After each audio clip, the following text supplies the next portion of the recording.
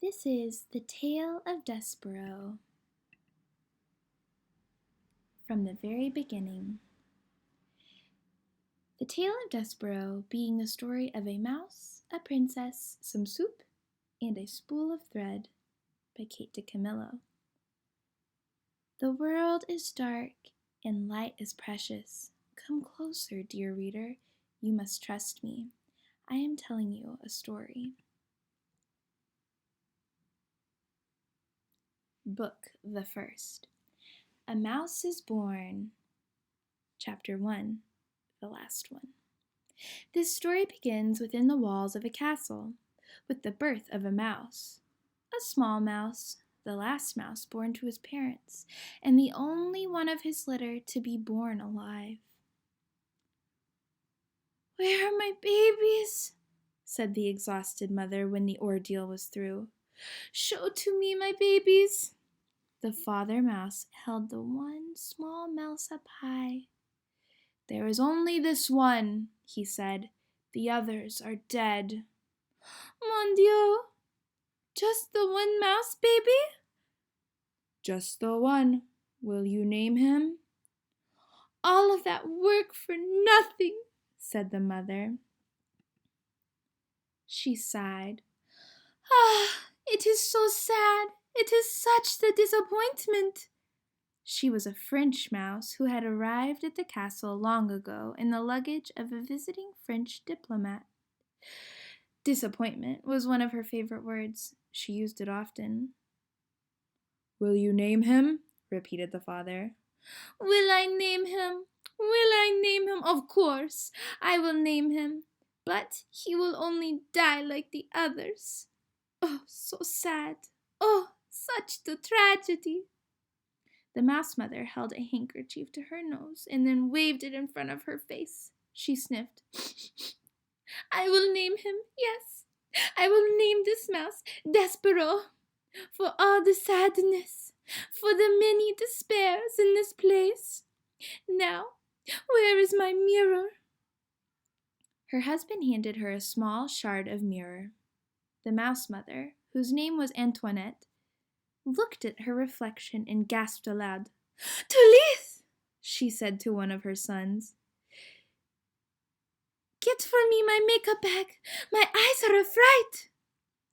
While Antoinette touched up her eye makeup, the mouse father put Despereaux down on the bed, made of blanket scraps. The April sun, weak but determined, shone through the castle window. From there squeezed itself through a small hole in the wall and placed one golden finger on the little mouse. The other, older mice children, gathered around to stare at Despereaux. "His ears are too big," said his sister Merlot. "Those are the biggest ears I've ever seen." "Look," said a brother named Furlough. "His eyes are open. Pa, his eyes are open. They shouldn't be open." It is true, Despereaux's eyes should not have been open, but they were. He was staring at the sun reflecting off of his mother's mirror. The light was shining onto the ceiling in an oval of brilliance, and he was smiling up at the sight. "There's something wrong with him," said the father. "Leave him alone." Despereaux's brothers and sisters stepped back, away from the new mouse. "This is the last," proclaimed Antoinette from her bed. "I will have no more mice babies. They are such the disappointment. They are hard on my beauty. They ruin, for me, my looks. This is the last one, no more." "The last one," said the father, "and he'll be dead soon. He can't live, not with his eyes open like that." But reader, he did live. This is his story. Chapter 2. Such a Disappointment.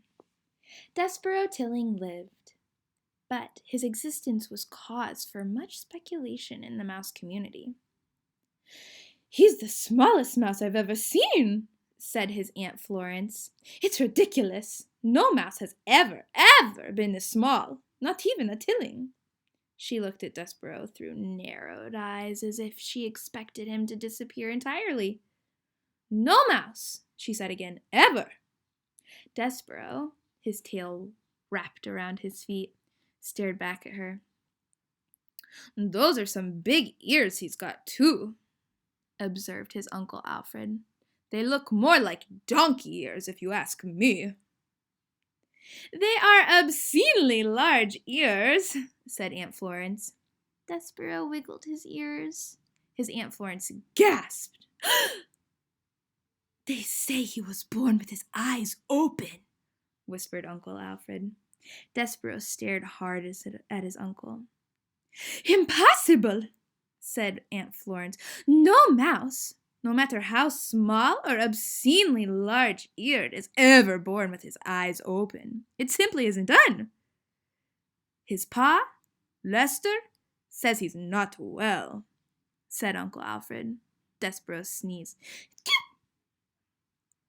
He said nothing in defense of himself. How could he? Everything his aunt and uncle said was true. He was ridiculously small. His ears were obscenely large. He had been born with his eyes open. And he was sickly. He coughed and sneezed so often that he carried a handkerchief in one paw at all times. He ran temperatures. He fainted at loud noises. Most alarming of all, he showed no interest in the things a mouse should show interest in. He did not think constantly of food. He was not intent on tracking down every crumb. While his larger, older siblings ate, Despereaux stood with his head cocked to one side, holding very still. "Do you hear that sweet, sweet sound?"